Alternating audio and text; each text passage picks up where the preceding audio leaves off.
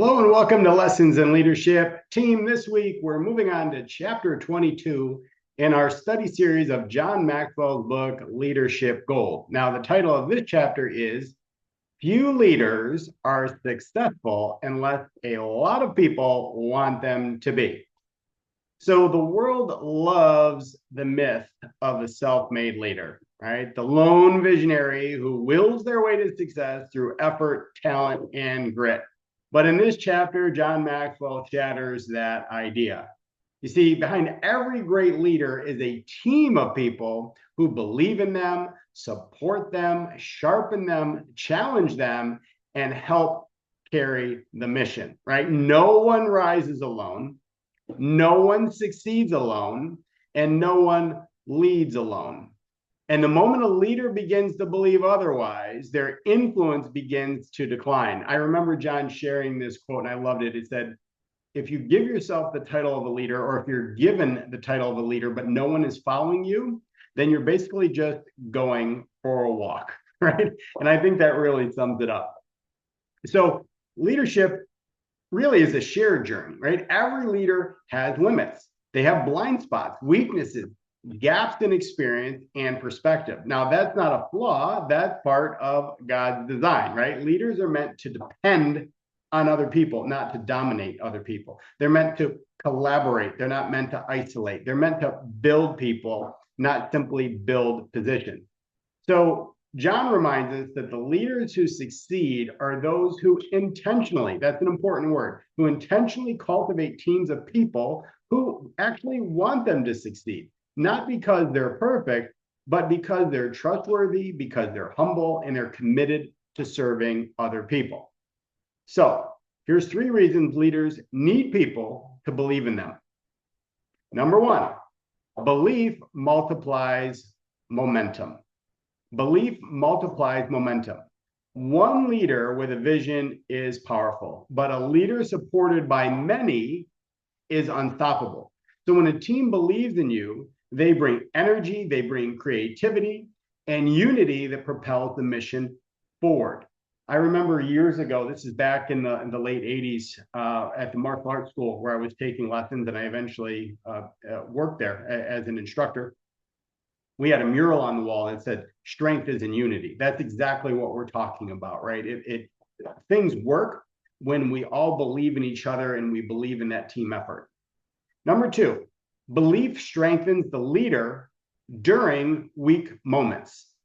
Belief strengthens the leader during weak moments. Every leader faces discouragement. Even Moses, Elijah, Paul, and David had moments where they felt absolutely alone, overwhelmed, or simply unqualified.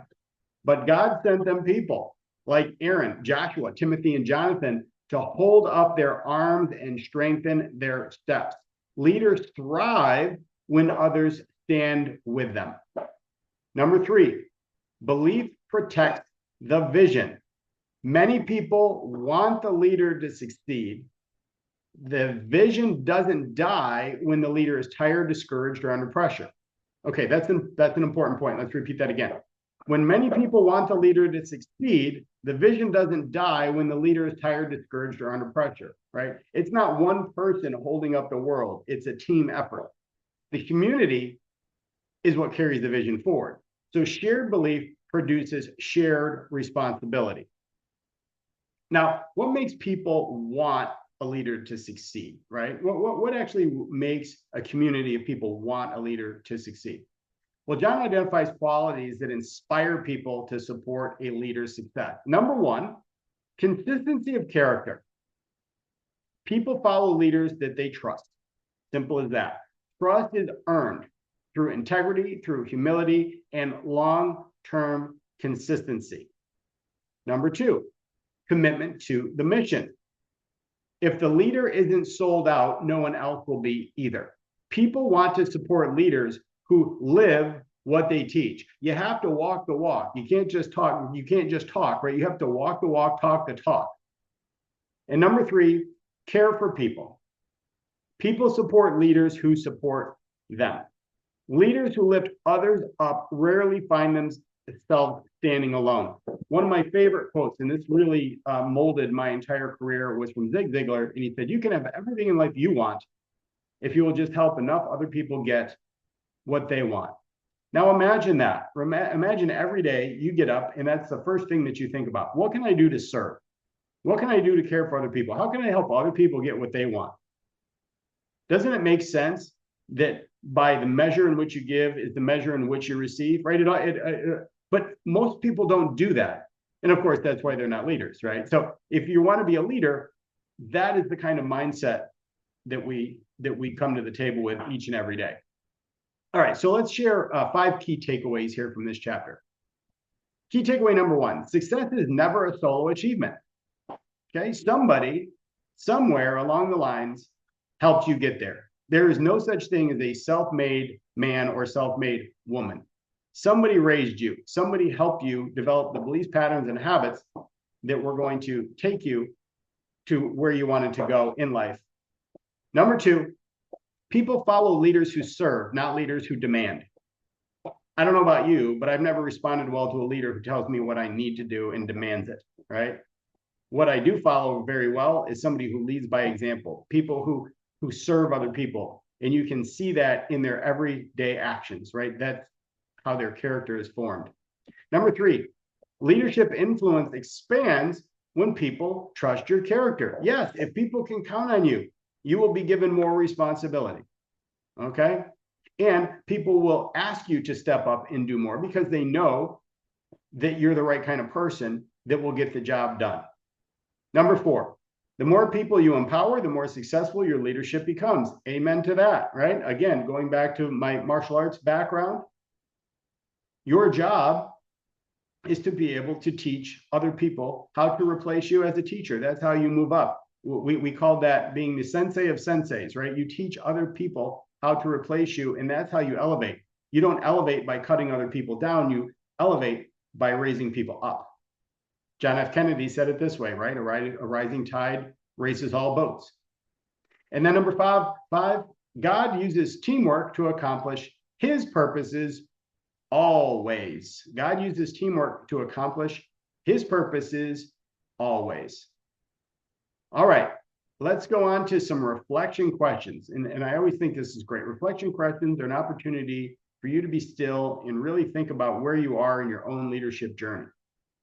What are you doing well? What could you improve? Question number 1, who are the people who helped you rise as a leader, and have you honored them lately? If you really think back in your life and you think about all the people that have helped you along the way, whether it's big or small, when is the last time that you just reached out to them and said, hey, you know what? I haven't said this lately, but I want to tell you how much I appreciate you. I'm so grateful that you were in my life, that you were with me during this season of my life. And this is how you actually helped me. That is huge, gang.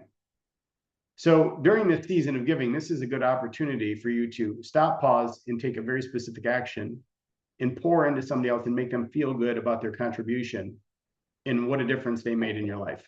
Number 2, who currently believes in your mission and why? Who's in your circle right now? Who currently is one of your raving fans, and they believe in you 100% in your mission? And why do they believe it? What are you doing that's making them believe so much in you and in the mission? Stop and appreciate those people and let them know you appreciate their support, and let them know why you appreciate their support. Number 3, what qualities in your leadership make others want to support you? Okay, this is a great just self-reflection question. What qualities do you possess that you demonstrate on a daily basis that make other people support you? If you don't know, ask someone. Just say, hey, you know what? I've been fortunate enough to be given this position to lead the team. And you're always there for me. You're always supporting me. What makes you do that? What makes you want to support me? Ask them that question. You might also want to follow up and ask them, what could I do better? We always want to practice CANI, constant and never-ending improvement in our own leadership skills. Number 4, are you trying to do anything alone that should be shared? Guilty. I am guilty of that. All right. Sometimes we just don't think about how we can give opportunities to someone else. Instead, we just trudge on and grit it out and do the work ourselves because we're not quite sure how to delegate it. Maybe that's the problem. You've never been taught how to delegate to somebody else. You've never thought about the fact that you need to give other people opportunities to grow. And if you don't share with them and you don't let them try it, you're actually holding them back and you're holding yourself back as a leader. So that's a great question. Are you trying to do anything alone that really should be shared? Number 5, what relationships do you need to strengthen in this season? What relationships do you need to strengthen in this season, right? Whether it's personal, professional, everything. If I can steal from this, it's the circle of life, right? I mean, everything is kind of interconnected here, right? So if something's off in one area of your life, it's certainly going to affect another area of your life. So what relationships do you need to strengthen in this season? Okay, so we did some reflecting. Well, let's get into action, right? Let's go through 5 action steps that you can take as a leader. Number 1, identify your inner circle. Write them down, right? Name the people who bring strength, truth, and support. Again, we already talked about this. Thank them intentionally this week. If there's 5 people that are in your inner circle that have really supported you, they're your raving fans, take the time to express some gratitude, right? Especially this time period between Thanksgiving, right? The season of giving thanks and gratitude, and then the season of giving going into Christmas. It's a perfect time to stop and do this. The words that you say are going to have a heck of a lot more meaning than any gift that you could buy them. Number 2, strengthen trust. Choose one consistent behavior that rebuilds or reinforces trust, right? There's another great question. What could I do today? What could I do this week? What can I do this month to strengthen trust within my team?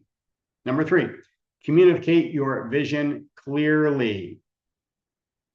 Right? The Bible says without vision, the people perish. So people can only support what they understand. Speak to them in their language. Don't speak over their heads. People can only support what they actually understand. So share the mission regularly. Don't assume that they know what it is just because you posted it on the wall somewhere or you gave them a handout for it. Talk about the mission. That should be conversation every single day about what are we doing to support the mission. Let's keep our focus on the bigger picture. And hopefully it's on a cause greater than yourselves. Number 4, empower your team. Delegate, develop, discipline, allow them to do the work, right? Allow them to do the work and then cheer for them no matter what. If they put any effort, thank them. Give them a pat on the back and say, wow, you did an amazing job. You exceeded my expectations. Or if they fell short, you could say, hey, listen, it's okay, right? It's okay if it didn't work out exactly the way you hoped it would. But what did you learn from the situation and how are you going to approach it a little bit differently? So empowered people expand the leader's influence, which of course goes back to the more you empower them, the more they trust you. And number 5, lead with gratitude.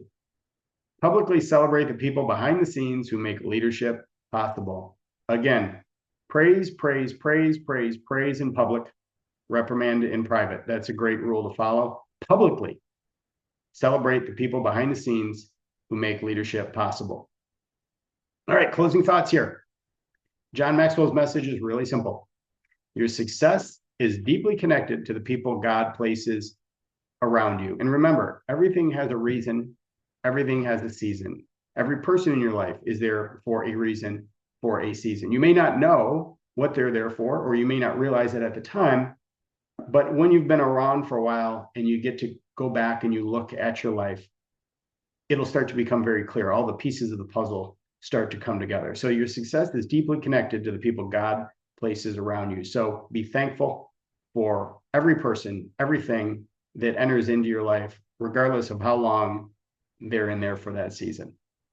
Hey, gang, we are just finishing up here on chapter 22.